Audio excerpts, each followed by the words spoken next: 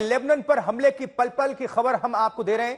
ताजा हमला बेक्का में हुआ है। पहले इजराइल ने बेरूत के पास दहियाह में हमला बोला और अब इजराइल ने बेक्का में भी बमबाजी शुरू कर दी है। बम बरस रहे हैं इस पूरे इलाके में।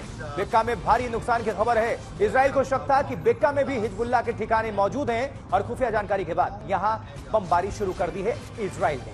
हिजबुल्लाह के खिलाफ इजराइल का यह सबसे बड़ा हमला है। बेरूत में हिजबुल्लाह का मुख्यालय ध्वस्त हो चुका है। इस हमले में 2 लोगों की मौत और 76, बल्कि यह आंकड़ा धीरे धीरे बढ़ गया है। जैसा कि थोड़ी देर पहले हमारे सहयोगी अशरफ फानी बता रहे थे कि 100 लोगों के आसपास जख्मी हैं।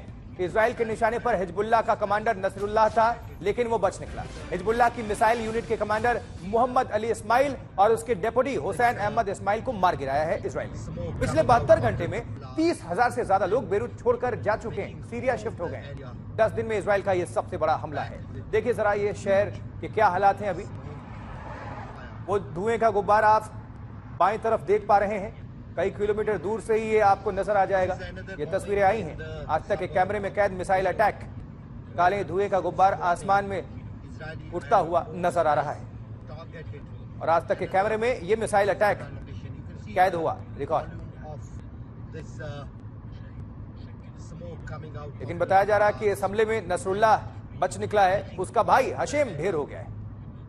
कई कमांडर्स अब तक मारे जा चुके हैं, लेकिन जो कमांडर इन चीफ जो मुख्य है नसरुल्लाह, वो बचा हुआ है और इजराइल की तलाश है इसकी। उसके साथ और भी कई जो उसके कमांडर्स हैं वो भी निशाने पर हैं। इस बार बंकर ब्लास्टर बमों से हमला किया है इजराइल ने। जमीन से हमला कर रहा है, आसमान से हमला कर रहा है और जो फाइटर जेट्स हैं वो उड़ान भर रहे हैं। अशरफ फानी का हम तुरंत रुख करेंगे। बेरूत में हमारे सहयोगी जुड़े हुए हैं। अशरफ, अब इस वक्त क्या हालात हैं? पहले से और आक्रामक मोड में है इजराइल। यूनाइटेड नेशंस के अंदर से भी बोला और एक्शन भी दिख रहा है, तो किस तरह से अभी तबाही के मंजर आपको दिखते हैं लेबनान बेरूत के अंदर? आशुतोष, दरअसल महीनों से इजरायली सेना और इजराइल का मोसाद इन हिजबुल्लाह को खत्म करने के लिए और हिजबुल्लाह को चोट पहुंचाने के लिए तैयारियां कर रहा था। आपको याद होगा कि जब 7 अक्टूबर 2023 को हमास ने हमला किया था इजराइल पर और करीब 1100 से भी ज्यादा लोग, जिसमें अधिकतर इजरायली सेना के लोग थे, वो मारे गए थे। उसके बाद ही पहले हमास और फिर हिजबुल्लाह को खत्म करने का वादा जो है वो नेतन्याहू ने किया था, इजरायली सेना ने किया था।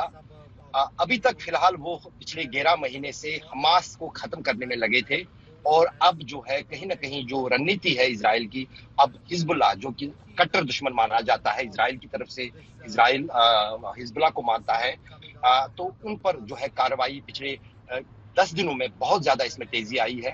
अगर हम कुल पूरे साल की बात करें, क्योंकि अब साल होने को है इस फलस्तीन इजराइल युद्ध को, हिजबुल्लाह के 700 लड़ाकू अभी तक मारे गए हैं। ये आंकड़ा हर रोज कभी 5, कभी 6, कभी 7। लेकिन पिछले 10 दिन के दौरान क्या बदला? इसमें सबसे बड़ी चीज जो बदल गई वो ये थी कि 3 प्रमुख जो कमांडर हैं हिजबुल्लाह के, उन तीनों को जो है असैसिनेट किया है इजराइल ने, उसी जगह पर मिसाइल दागे जहां पर वो थे। और कल इसी कोशिश के चलते हिजबुल्लाह के सुप्रीम कमांडर और उनके प्रमुख हसन नसरुल्लाह को असैसिनेट करने की कोशिश थी।